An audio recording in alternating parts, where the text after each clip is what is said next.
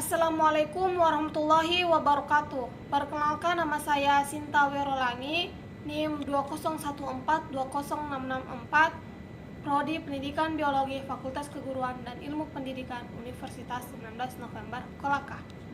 Baik, saya akan mempresentasikan tugas mata kuliah teknik laboratorium, yaitu cara kerja di laboratorium.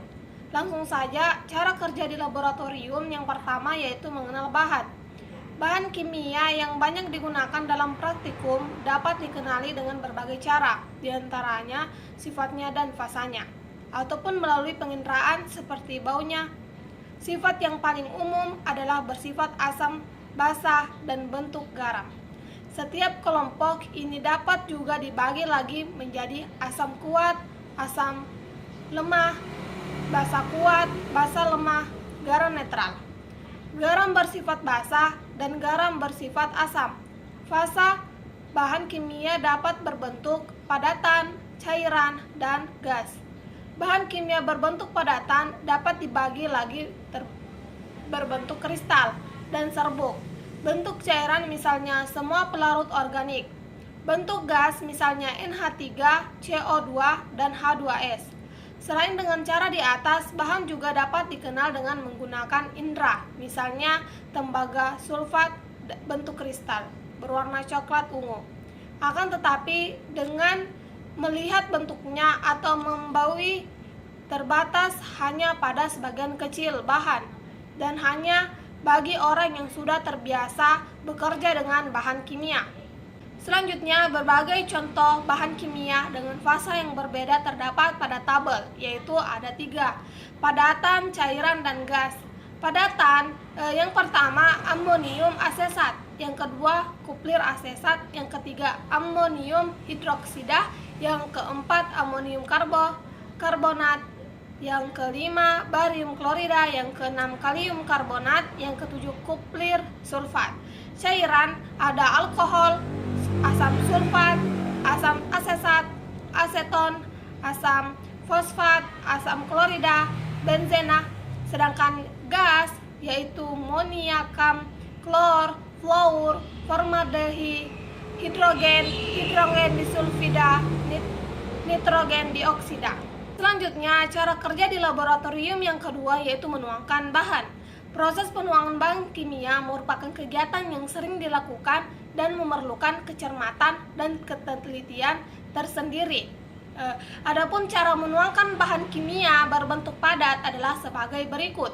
Yang pertama, peganglah botol dengan bagian yang terlabel, diletakkan pada permukaan tangan. Yang kedua, miringkan botol secara perlahan hingga bahan kimia keluar ke dalam tutup botol. Yang ketiga yaitu ketuk tutup botol secara perlahan dengan menggunakan telunjuk atau batang pengaduk hingga bahan kimia yang terdapat pada tutup jatuh ke wadah yang telah disediakan. Ketuk secara perlahan spatula atau sendok dengan menggunakan telunjuk atau batang pengaduk agar bahan kimia padat jatuh ke wadah yang diinginkan. Cara lain untuk menuangkan bahan kimia padat dari bahan botol dapat dilakukan secara langsung, yaitu yang pertama, buka tutup wadah bahan kimia pada yang akan dipindahkan. Yang kedua, miringkan botol secara perlahan dan guncang atau ketuk sehingga bahan kimia padat yang ada di dalamnya jatuh ke arah wadah yang diinginkan. Yang ketiga, setelah diperoleh jumlah yang diinginkan, tutup kembali wadah bahan kimia padat tersebut. Untuk menuangkan bahan cair juga memerlukan ketelitian dan kehati-hatian. Menuangkan bahan cair dapat dilakukan dengan cara berikut. Yang pertama, bacalah label bahan pada botol dengan teliti agar kita yakin akan bahan yang diambil. Yang kedua, peganglah botol sedemikian rupa sehingga label botol terletak pada telapak tangan. Yang ketiga, basahi tutup botol dengan di dalam botol dengan cara botol dimiringkan. Hal ini untuk memudahkan melepaskan tutup botol. Selanjutnya, jika akan menuangkan, buka botol dan jepitlah tutup botol di antara jari. Selanjutnya, tuangkan bahan cair dengan bantuan bantal pengaduk. Yang terakhir, bila menuangkan ke dalam gelas ukur, botol bahan dimiringkan secara langsung dan tutup botol. Cara kerja laboratorium yang ketiga yaitu menimbang. Ada beberapa jenis timbangan, mulai dari yang sederhana hingga yang sangat canggih dengan tingkat ketelitian yang tinggi. Namun, secara umum perhatikan bahwa timbangan laboratorium umumnya sangat peka karena bahan yang ditimbang sedikit, hanya beberapa gram saja. Jadi berbeda dengan cara menimbang di pasar. Menimbang dapat dilakukan dengan cara berikut.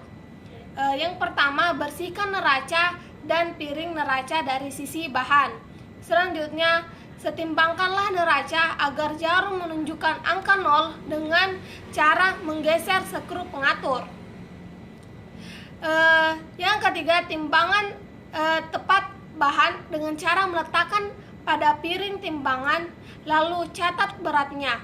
Yang keempat, masukkan bahan yang akan ditimbang ke dalam tempat bahan tadi lalu timbanglah sesuai dengan yang diperlukan. Ditambah berat tempat bahan, timbanglah sampai benar-benar setimbang. Yang terakhir, setelah selesai menimbang, kembalikan semua pada posisi awal, yaitu pada skala 0. Dan penahanan piring neraca dinaikkan, piring neraca tidak bergoyang, lalu bersihkan timbangan dan kembalikan ke tempat semula. Cara kerja laboratorium yang keempat yaitu mengukur volume bahan cair. Mengukur volume dapat dilakukan dengan menggunakan gelas ukur atau pipet ukur. Pipet ukur digunakan selalu peralatan yang bersih supaya tidak ada bahan yang tersisa pada alat ukur. Mengukur volume bahan cair dengan gelas ukur dilakukan dengan cara sebagai berikut. Yang pertama, gunakanlah gelas ukur yang diukurnya sesuai dengan volume bahan yang akan diukur. Yang kedua, bacalah skala pada gelas ukur dan tentukan harga setiap skala, misalnya tiap skala 0,1. Yang ketiga, isilah gelas ukur dengan bahan yang akan diukur volumenya. Yang keempat, bacalah skalanya sesuai yang diinginkan.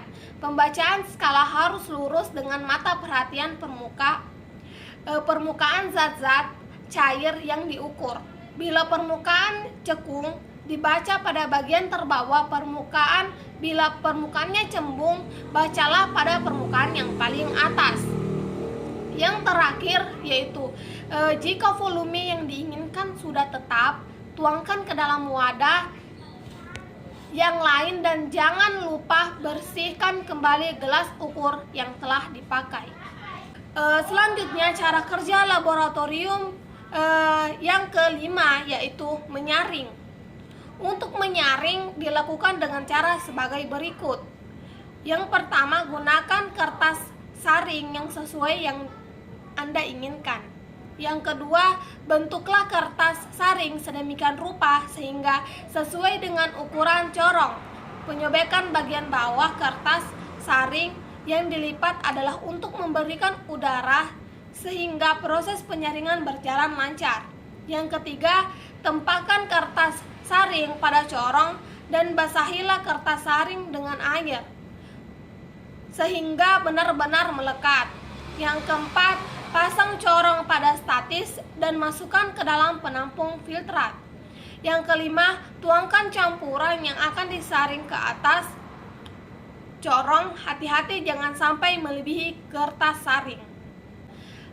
Cara kerja di laboratorium yang selanjutnya yaitu memanaskan. Adapun beberapa cara memanaskan bahannya antara lain, yang pertama, cara pemanasan larutan dalam tabung reaksi. Tata cara melakukan pemanasan tabung reaksi. Yang pertama, isi tabung reaksi sebagian saja, sekitar sepertiganya. Yang kedua, api pemanas terletak pada di bawah larutan. Yang ketiga, goyangkan tabung reaksi agar pemanas merata. Yang terakhir, arah mulut tabung reaksi pada tempat yang kosong agar percikan tidak mengenai orang lain. Cara memanaskan dengan gelas kimia. Cara memanaskan dengan gelas kimia antara lain yang pertama, gunakan kaki 3 sebagai penumpang gelas kimia tersebut. Yang kedua, letakkan batang gelas atau batu didih pada gelas kimia untuk menghindari pemanasan mendadak. Yang ketiga, jika gelas kimia tersebut berfungsi sebagai panas air, isikan air seperempatnya saja supaya tidak terjadi tumpahan. Cara kerja di laboratorium selanjutnya yaitu mensterilkan. Mensterilkan atau sterilisasi adalah proses pemusnahan semua bentuk kehidupan suatu objek dikatakan steril, artinya bebas dari mikroorganisme. Proses sterilisasi bisa dilakukan dengan berbagai cara, seperti cara fisik yaitu dengan suhu panas dan radiasi ultraviolet atau sinar X, atau dengan cara kimiawi yaitu dengan menggunakan bahan kimia. Cara yang paling sering digunakan adalah sterilisasi dengan menggunakan uap yang bertekanan. Alat sterilisasi dengan menggunakan uap panas bertekanan disebut dengan autoclave. Baik, itu saja presentasi saya. Kurang dan lebihnya mohon dimaafkan. Assalamualaikum warahmatullahi wabarakatuh. Terima kasih.